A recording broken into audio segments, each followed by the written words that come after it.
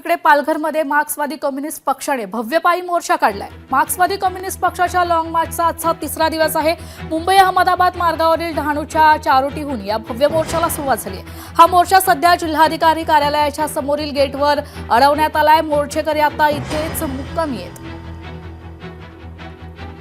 आपले प्रतिनिधी प्रवीण बाबरे आपल्यासोबत थेट इथून जोडले गेलेले आहेत। प्रवीण, आपण पाहतोय या मोर्चाचा आजचा तिसरा दिवस आहे। हे लाल वादळ आज ठिया मांडून आहे। आज तिसऱ्या दिवशीही काय अधिकची माहिती?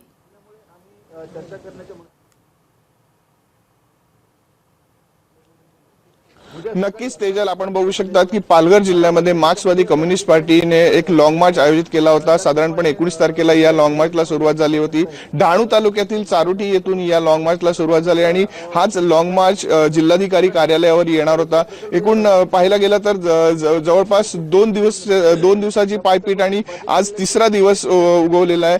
आणि हे जे कार्यकर्ते आहेत, जे स्थानिक पदाधिकारी आहेत, आमदार आहेत, हे स्वतः इकडे जिल्हाधिकारी कार्यालयावर धडकलेले आहेत। जवळपास तब्बल 60 किलोमीटरची या कार्यकर्त्यांनी आणि नेत्यांनी पायपीट केलेली आहे। सर्वच कार्यकर्ते इथे बसलेले पाहायला मिळतात। एकूणच पाहायला गेलं तर आपण बघू शकतात की हे सगळे कार्यकर्ते आहेत। हे कार्यकर्ते आता रस्त्यावर बसलेले पाहायला मिळतात। तर कार्यकर्ते मोठ्या प्रमाणात इथे उपस्थित झालेले आहेत। एकूणच पाहायला गेलं तर आमदार विनोद निकोले हे स्वतः या कार्यकर्त्यांसोबत इकडे राहिलेले आहेत। रस्त्यावर ते सुद्धा स्वतः राहिलेले आहेत आणि जे कार्यकर्ते आहेत या कार्यकर्त्यांसाठी मोठ्या प्रमाणात इथे ज्या सोयी सुविधा आहेत या आमदारांकडनं काही जे जेवण म्हणा किंवा त्यांच्या न्याहारीची व्यवस्था म्हणा ही सुद्धा आमदारांसाठी करण्यात आलेली आहे, कार्यकर्त्यांसाठी करण्यात आलेली आहे।